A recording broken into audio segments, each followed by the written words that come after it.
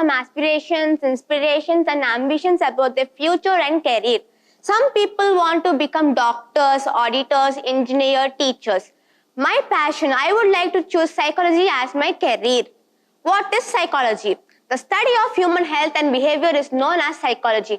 It includes study of human brain development, consciousness, behavior, personality, and other related areas. Psychologists study the human brain scientifically.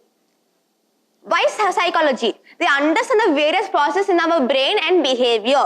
They help people to deal with stress, identify behavior and emotional changes in clients, diagnose disorders, make treatment plans, and help people to overcome those disorders. How to become a psychologist? After completing of +2, we have to do graduation in BS Psychology or BSc Psychology. Next, we have to do internship to gain some professional experience. Later, we can do post-graduation in MSc Psychology, MS Psychology, MSc Clinical Psychology. Specializations.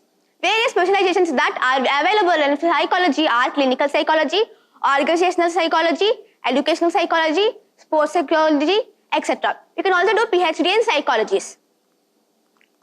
Thank you.